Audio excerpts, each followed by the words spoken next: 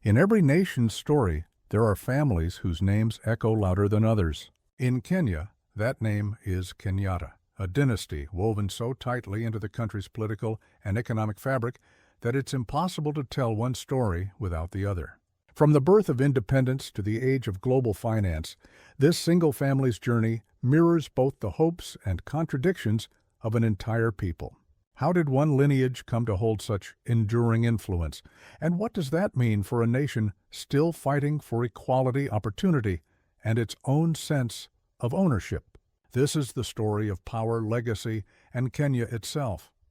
Kenya's independence in 1963 was not only a political transition, it was an emotional rebirth.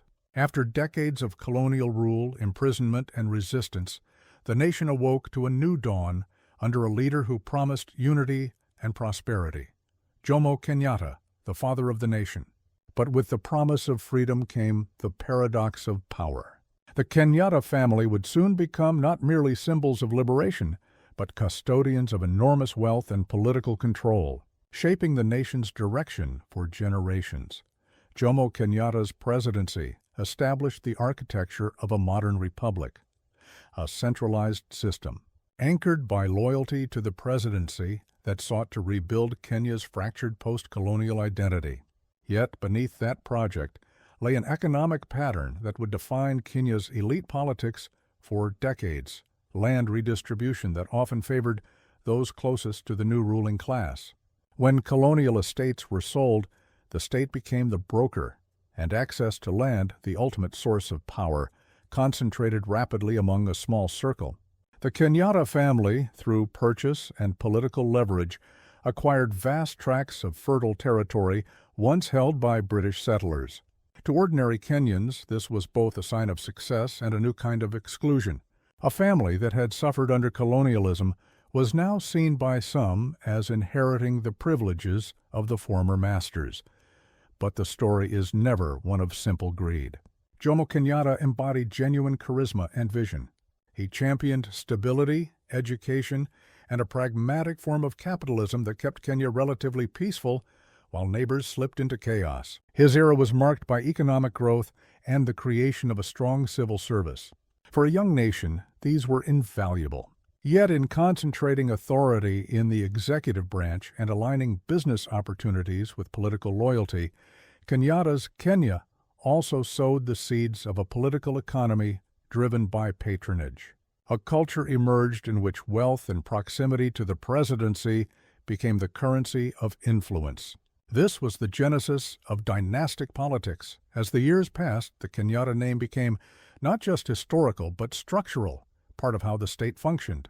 After Jomo Kenyatta's death in 1978, his family retained vast assets in agriculture, banking, real estate, and media. While Daniel Arap Moi's long presidency marked a shift in personal rule, the Kenyattas remained deeply embedded in the national fabric. They were not just former First Family. They were a network linked to landholding corporations, influential boardrooms, and political alliances that transcended party lines. In a country where elite continuity often outweighs ideological difference, this persistence was remarkable. By the time Uhuru Kenyatta entered politics in the 1990s, the family's name carried both promise and burden. Promise, because many viewed him as a modernizer who could reconcile the nation's founding ideals with global realities. Burden, because others saw his ascent as proof that political inheritance in Kenya is not earned, but inherited. Yet Uhuru's trajectory was complex. Educated abroad and fluent in the language of neoliberal globalization, he sought to portray himself as a bridge between old and new Kenya, between the legacy of independence and the aspirations of a digital generation. When he became president in 2013, Kenya was a country of contrasts, a hub for technology and entrepreneurship, yet scarred by inequality, ethnic division, and corruption scandals. The Kenyatta name once again dominated headlines, now in a different world, one defined by international finance, public-private partnerships, and rising Chinese influence.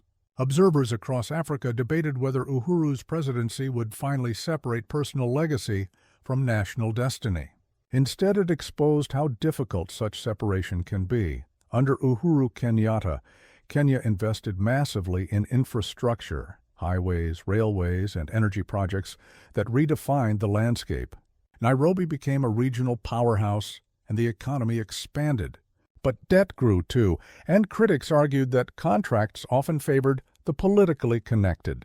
The family's own business empire, spanning dairy, banking, hospitality, and real estate, drew constant scrutiny. Was the state serving the people or preserving an economic order in which a few families remained untouchable? This question haunted the narrative of Kenyan democracy. Still, to view the Kenyattas as villains misses the broader systemic truth. Kenya's political economy, like that of many post-colonial states, is built on elite continuity. Colonial structures were not dismantled, they were repainted. Where settlers once dominated agriculture and finance, now a domestic aristocracy held the reins. The Kenyatta family simply became the most visible symbol of that transformation. A dynasty thriving within and sometimes against, a system designed to concentrate power. They are the mirror in which Kenya sees both its success and its inequality.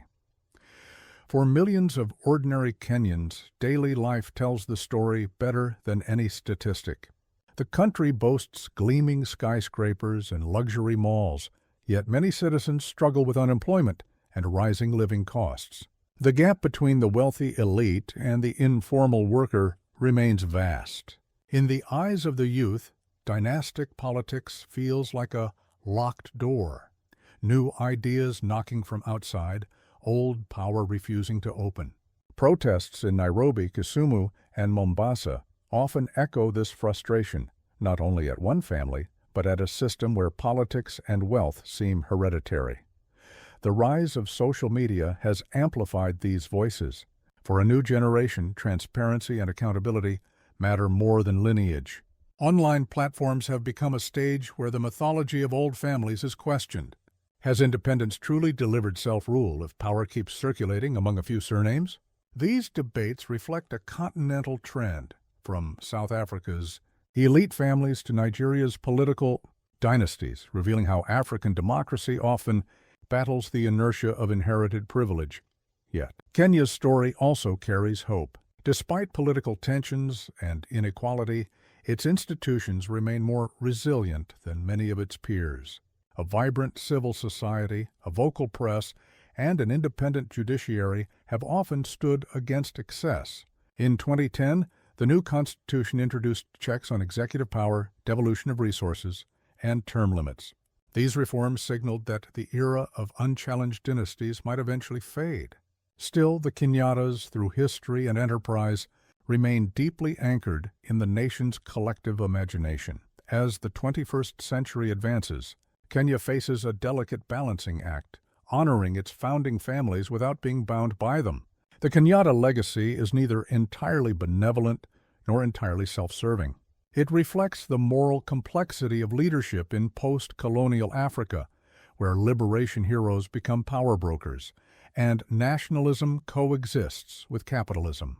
To understand Kenya's inequality is not merely to count wealth, but to trace how history, culture, and identity intertwine with economics. The Kenyattas remind the world that in young nations, the past is never really past.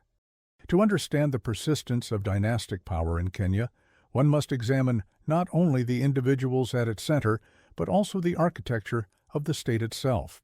Kenya's governance model, though democratic in appearance, has long rested on a foundation of personalized politics. Elections are periodic, debates are lively, but the real contest often revolves around networks: who controls capital, who commands loyalty, who owns land, and who can mobilize resources during campaigns. Dynasties thrive in such ecosystems because they offer continuity, recognizable names, established finances, and inherited legitimacy. Over time, this continuity creates a political culture in which family brands substitute for ideology. The Kenyattas are joined by others, the Odingas, the Moi, the Mudavaris, in a landscape where national leadership frequently feels like a negotiation among long-standing houses rather than a rotation of new ideas. Yet the Kenyatta story stands apart because it begins at independence and runs like a golden thread through every era of Kenya's republic.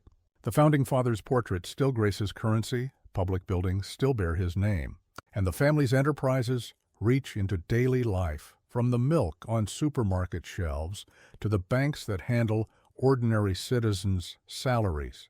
This ubiquity makes the Kenyatta Dynasty not just a political phenomenon, but an economic and cultural one. Still, ubiquity invites scrutiny.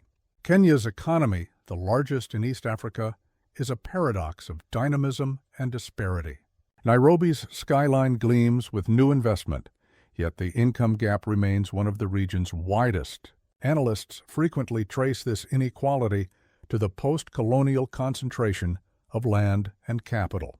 When the British departed, they left behind a dual economy, modern sectors aligned with global finance and traditional sectors rooted in subsistence. Successive governments promised redistribution, but elite capture consistently redirected benefits upward. The Kenyatta family's accumulation of land symbolized this imbalance, tens of thousands of acres spanning prime agricultural zones. To rural communities still waiting for titles, the family estate became both a symbol of success and a reminder of exclusion. The persistence of inequality has moral and psychological consequences.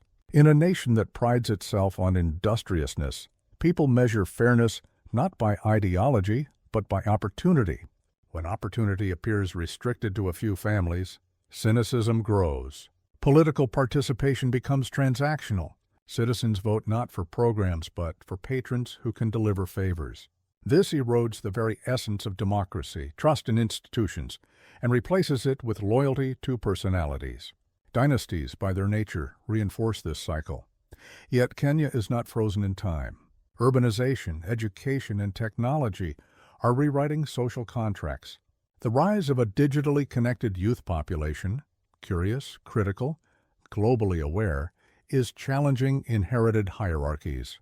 For many young Kenyans, the Kenyatta name evokes history more than destiny. They admire what earlier generations built, but demand new pathways for inclusion. Startups, creative industries, and grassroots movements are producing a new elite based on innovation rather than inheritance. This quiet revolution is reshaping Kenya's social fabric, even if the political class has been slower to adjust. The Kenyatta Dynasty's endurance also reflects regional geopolitics.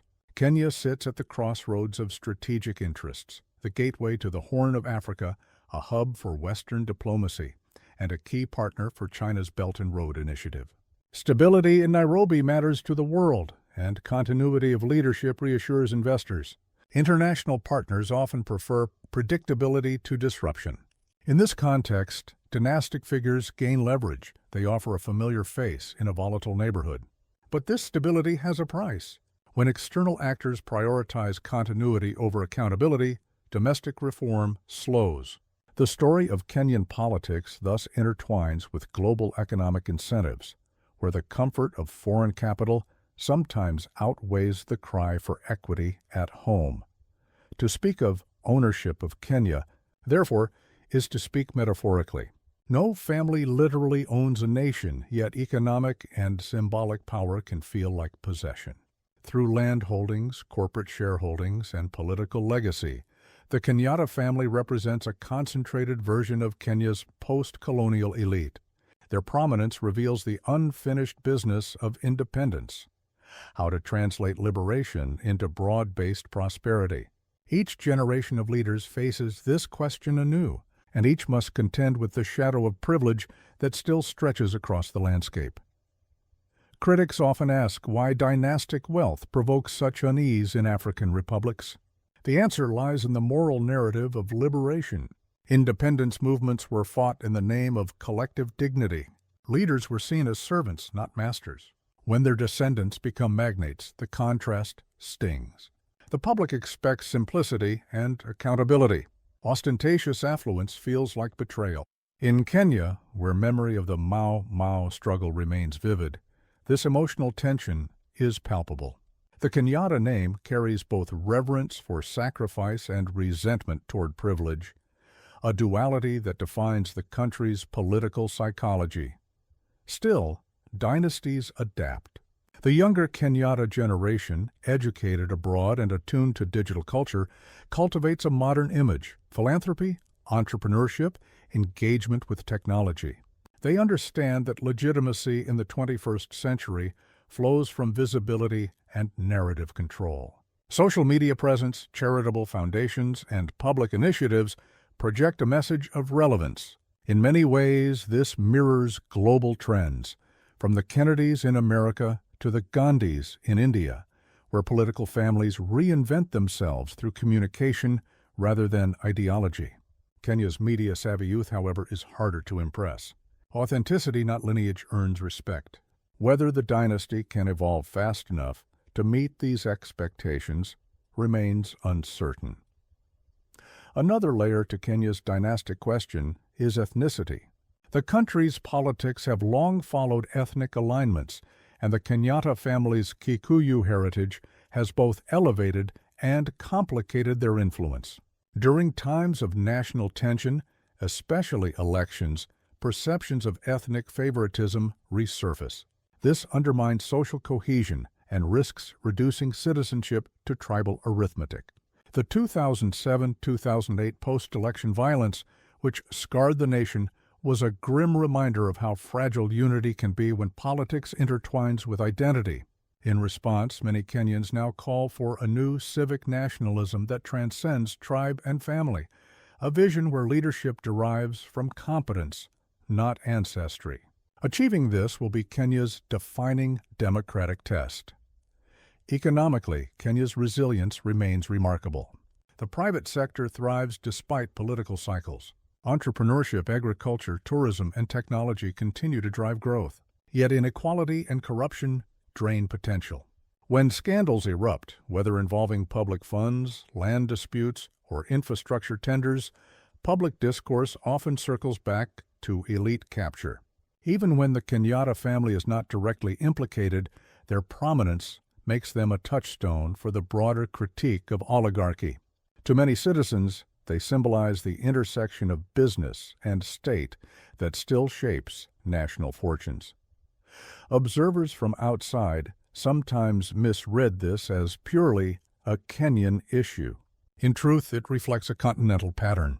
Across Africa, liberation movements that once championed equality often produced successor elites. Wealth accumulated through state connections, land allocations, and privatization. The logic of power continuity proved universal. Kenya, however, stands out because of its institutional endurance.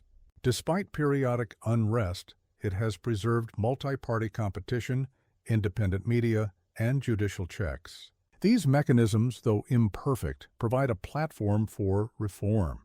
The Kenyatta Dynasty exists within a framework that can question and even restrain it, a crucial distinction from absolute family rule seen elsewhere. Looking ahead, Kenya's generational shift is inevitable. By 2030, most voters will have been born after the Cold War. They will judge leaders not by liberation credentials, but by performance. Issues like unemployment, climate change, digital inclusion, and urban planning will dominate debate. For the Kenyatta legacy to remain relevant, it must engage these realities. Nostalgia for the founding era will no longer suffice. The future belongs to those who offer solutions, not symbols. At the same time, the moral conversation around wealth is evolving. Younger Kenyans increasingly distinguish between earned and inherited success.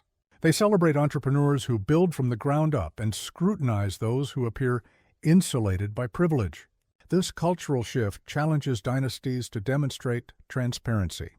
Philanthropy, once sufficient to polish reputations, now invites questions about source and intent. The demand is not for punishment, but for fairness, that those who benefit most from Kenya's economy contribute proportionally to its social development. In this sense, the Kenyatta family's wealth could become either a liability or a legacy, depending on how it aligns with public purpose. Internationally, Kenya continues to navigate multiple partnerships. Western powers view it as a democratic anchor. China sees it as a commercial gateway. The Gulf states invest heavily in real estate and infrastructure. Each relationship requires delicate diplomacy, and each tests Kenya's sovereignty. Dynastic influence can offer continuity in managing these ties, yet it also raises questions of whose interests guide policy, the nations or the networks behind it. In the era of global transparency, these questions no longer remain domestic. Leaked contracts, investigative journalism, and data activism expose details once hidden. Accountability is no longer a matter of goodwill, but of survival. Reflecting on the Kenyatta Dynasty's trajectory invites a broader meditation on the nature of power itself. In young nations, power often begins as protection, a shield against chaos. Over time, it transforms into possession. The challenge is to convert possession back into service.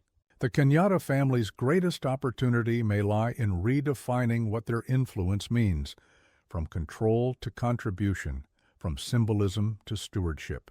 If they can channel resources toward equitable growth, they may yet redeem the contradictions of history.